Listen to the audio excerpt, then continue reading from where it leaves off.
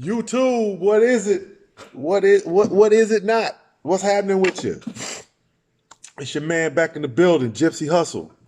AKA me, yours truly, Chucky B, Chucky Brown, all right? AKA the Happy Hatter, all right? AKA Mr. Make You Smile. All right. So I know it's puzzling to some of y'all. Y'all know I went to NC State. If you don't, I went to NC State. Our rival was Carolina and our rival was Duke. All right. So today, the hat of the day. I know you probably already seen it. I got a Carolina hat on. Can you believe this mess, man?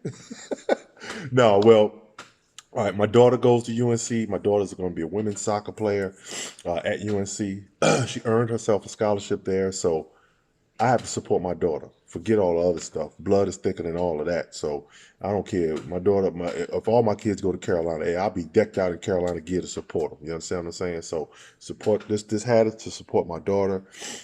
This is not the hat that I wear to the soccer games. I got a red one. I might have to. I don't know if I put that one on here yet. I have to check and see. But the Happy Hatter is gonna show you some more hats. But this is one of my hats in my collection. And I will admit to you, the only hat I don't have is a Duke hat. I don't have a Duke hat, and I don't have Michigan. So I always have liked Ohio State a little more. But I got some buddies that played at Michigan: Glenn Rice, Sean Higgins, Ramil Robinson is one of my good buddies. Terry Mills, Lloyd Vaught. Those guys played at Michigan. So definitely much love and much respect to them. But today, let's get into it today. All right. So Melvin Gordon said he requested a trade. His agent said he requested a trade a couple of weeks ago from the Chargers. He's holding out, want more money. Michael Thomas got his money. Zeke is holding out for his money. And you really can't blame Zeke, though, to be honest with you, because if Zeke is looking at what happened to DeMarco Murray, DeMarco Murray, they gave him 400 carries before they gave him any money, and then they franchise tagged him, didn't give him any money, and he went on and looked bad in Philadelphia and into the Titans, and then next thing you know, he was out of the league. So Zeke is like, wait a minute, y'all ain't gonna put all them carries on me. Y'all gonna pay me first, then I'll take all the carries you want to give me. You know what I'm saying? So, so Zeke is holding out too. But back to Melvin Gordon requesting trade. Okay, Melvin Gordon requested the trade. My advice to the Chargers is to trade him or pay him, because you don't want a guy. I've been in a professional sports locker room, and you do not want a guy in your locker room that does not want to be there. That is the last thing you want, because it can divide your locker room, because you'll have some guys that will be upset with him because of his situation, how he's behaving, or how they feel like he's behaving. Me, you take care of your money, your family, whatever you got to do to get it, you do you. You know what I'm saying? So that's how I felt about it. But some guys don't feel the same. And you may have some guys that, sympathize with him, like, yo, man, get your money. So that way, then you start having a divided locker room. Like, I don't know if you remember the time when the Eagles had, Terrell Owens wanted his money.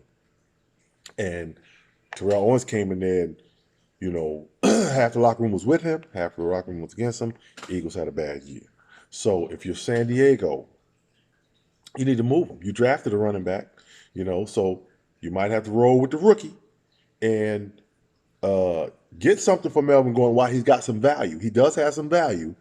So you got to move him. You have to move him. You can't bring him back, or you can't just let him sit, and because he's willing to sit. You know what I'm saying? So if he's willing to sit, Le'Veon Bell just did it. So he's willing to sit for the season. So in order to get something, and you got a chance to be a Super Bowl contender. Everybody's riding high. The Chargers, you're in LA now. You need to win, because they already made the mistake introducing you as the San Diego Chargers when you moved to LA. They still called you the San Diego Chargers. So LA got the Rams, who are also Super Bowl contenders. So, and the Rams play in a bigger stadium, from what I understand. So, I think they're going to be sharing the same stadium, though. But I'm not. I'll have to look that up. But my advice to the Chargers is to move Melvin Gordon, because you do not want a disgruntled employee messing up things. All right. So now, next thing. All right. Why ain't nobody talking about the Pan Am games?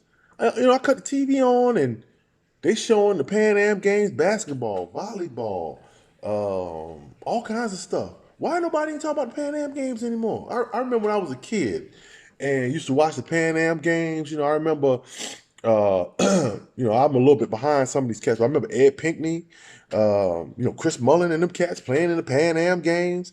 And now, a lot of guys have turned down the USA basketball thing. Dame Lillard turned it down. Anthony Davis turned it down. And I said on one of my first shows that I think that the college kids and the top high school kids should have an invite thing where they invite them to try out for that. Leave the pros out of it. The pros got an 82 game schedule. The college kids got a 32 game schedule. So the pros, that 82 game schedule can wear on you. So just leave the pros out of the Olympics too. Leave them out of the Olympics too. I know that other teams have pro players and all that stuff, but that's okay. We're still the best in the world. They know that. So now we got our pro players playing in the Olympics, and now the world is catching up to us in basketball, believe it or not. They're catching up to us. So my suggestion would be leave the pros out of it. Leave the pros out of it. Why? Why? Why are you gonna put them in the the first dream team was cool, but I didn't think they should have been playing in it. The best college players have a tryout. Because like I said, when I went to the Olympic trials, it was one of the best experiences of my college career, going there playing with David Robinson, Derek Coleman, Rex Chapman, Vernon Maxwell. Who else was there? I remember David Rivers being there. Just all Willie, what's his name? Played at Georgia. I can't think his name. But all these guys, Willie Anderson, played with the Spurs. Sean Elliott. I mean, all these guys were at the Olympic trials. We were all there together, competing against one another, and we were the best players in the country. No pro players there. Alonzo Mourning was there. You know what I'm saying? So the FIBA or whatever, they need to think about this. They need to think about this, or USA Basketball needs to think about this. Have the college kids do it. College kids and the best high school kids, and it'll be a hell of an experience for them. Keep the pros out of it. All right. Next thing, FIFA has expanded the Women's World Cup to 32 teams instead of 24. Now, I'm happy with that. But now that's also going to be more chance for upsets too. The more teams, the more chance for upsets. I'm happy that people are finally recognizing what especially the USA women have been doing for the game of soccer. They've been doing a great job. They had to do a little complaining and get out there, which you got to do a little fighting. They find money for wars. They can find money to, to help, these women that have been doing actually better than the men and getting paid less. So I'm all for equal pay for the women. The men have been doing better. They've risen to number 24 in the world. So the men have been doing better, but let that be a wake-up call to the men. Like, look, we got to, people talk about us. We were flying under the radar. Nobody think about us. And Megan Rapinoe then was like, wait a minute now. We winning World Cups and we getting, 50,000 less than these cats, maybe more. I mean, maybe more than that. You know what I'm saying? So, come on, man, y'all got to take care of us too. So yeah, that's good that they've expanded the women's field. Okay. I'm gonna stay on the women topic. Will the WNBA women will they ever get paid now? Will it happen for them? Do they have to complain and grumble a little bit? Now, my opinion on that, I don't think they probably will get paid the same as the men. And I don't think they should get paid the same as the men because it's a different dynamic there. I'm not saying they shouldn't be paid, but I'm saying they should be paid more. But just like, okay, I don't see where LeBron James makes whatever he makes, 30 million a year, whatever it is. I don't see any of the females attracting that type of attention that LeBron James attracts. But I do think they should be paid more. I don't think that they should have to also play in the WNBA and also have to play overseas. Because some of the women also play in WNBA for the summer, and they play overseas after that. They go over in October, what have you, and play. Now, what they can do is extend the WNBA season and pay them a little more money, man. Just that be their job, because athletics. Not everybody gets to do it.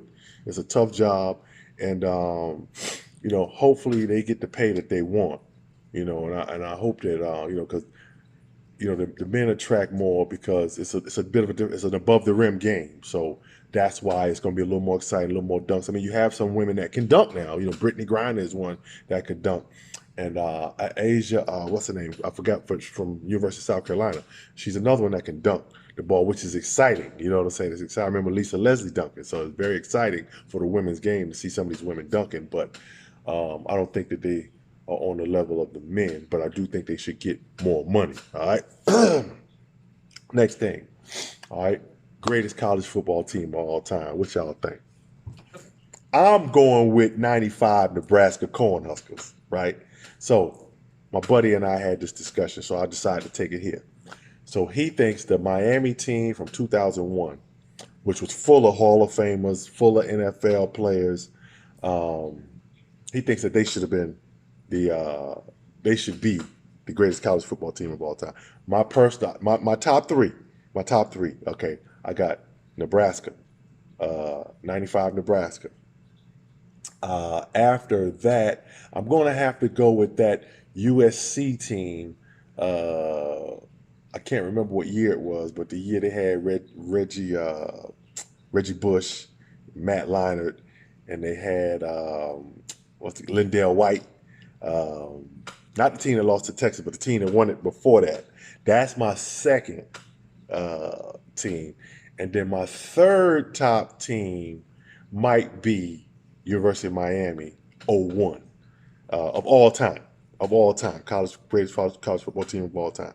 So those are my top three. What are your top three? Or if somebody, you got something to say it, man. Drop it in the comments. I look at the comments, so go ahead and drop a comment and let me know what you think, and we can talk about it. We can debate it or whatever. So yeah, that's it. Now, on to the Dan Levitard part of my show. This is my show. I say what I want to say. I get political if I want to get political, because I don't like how ESPN did Dan Levitard. I don't like how Fox News let Jason Whitlock talk bad about LeBron like that. I think they should have put a stop to that. So Chucky Brown is the producer here. You understand? Happy Hatter is the producer. You understand what I'm saying? Mr. Make You Smile is the producer. Gypsy Hussle is the producer. That's me. All those are me. So the Democratic debate. This is the Dan Levitard part of the show. All right. First of all, man, Democrats. This is my thing now. We got to get Crazy Man up out of the. We got to get, the Dorito. We got to get him up out of the White House. He got to go. All right. Now, the way to get him out of there. Excuse me. I got a little cold, but I had to see y'all. The way to get him out of there, though, we got to talk policy. We can't continue to concentrate on him and the things that he's doing, because now we're not talking about policy and what we're going to do about the healthcare situation, what we're going to do about the college, what we're going to do about reparations and all that type of stuff. So the first thing Democrats need to do is concentrate on policy. Now, to me, Joe Biden look a little shaky, man. He look a little shaky. Now, they saying that he's the only one that got a chance to beat Trump. I'm kind of agreeing with that, but he got to look better, man. You got to look better, Joe. I mean, if it came down to him, anybody versus Trump, I'm voting for anybody. You understand what I'm saying? But the Democrats got like 20 people. Like, come on, man, we got to cut that field down now. You know what I'm saying? And it's some of the ones that I don't know that have been, most attractive to me. You know what I'm saying? Like the Buttigieg dude. I didn't know who he was at first, but he's very, he's been, what he's been saying has been, I like what he's been saying. I like what Elizabeth Warren has been saying. Bernie Sanders is a little bit too extreme, but I mean, if he was running against Trump, I'm going Bernie. I think Bernie had his run, personally, but we'll see, man. But we gotta get him out of the White House. It's time to, America has come too far to continue to be, we still talking about things we talking about in the 60s. You understand what I'm saying? So America, we're supposed to be this such advanced nation. We need to be working more together, because people aren't going to continue to take this stuff. You messing with it's like a volcano ready to blow. So people are not going to continue to take the garbage that they, be treated bad. I'm telling you. So my plea to America is, let's get together. Let's get this guy out of the White House who is dividing and conquering. He's a master at it. So give him his credit. He's a master at dividing and conquer. He that's what he's doing, and that's what he's done. So get him out of the White House. The Republican Party, or those racists out there that, that have stuck their head about the sand. Now we got to stick their head back in the sand, and either you're going to roll with us as America changes and times change. Are you going to roll with us, or you going to get up out of here like the dinosaurs? The dinosaurs couldn't adapt, so that's what's going to happen to you Republican rednecks, or you racist folks. That's what's going to happen to you. All right? So, that's my Dan Levitard rant. Shout out to Dan. I know you never see this, but man, hey, I'm in your corner, Dan. You know what I'm saying? Bump them cats, that don't want you to speak your opinion, but they want to let people talk bad about LeBron in the layup line. You understand what I'm saying? So Dan, I'm with you. So signing out right now is Gypsy Hussle. You know who that is? Me, Chucky B, aka the Happy Hatter, aka Mr. Make You Smile. Everybody have a beautiful day, and remember, make somebody smile today, every day. That's your job. All right? Be nice. It don't cost a dime. All right? Peace.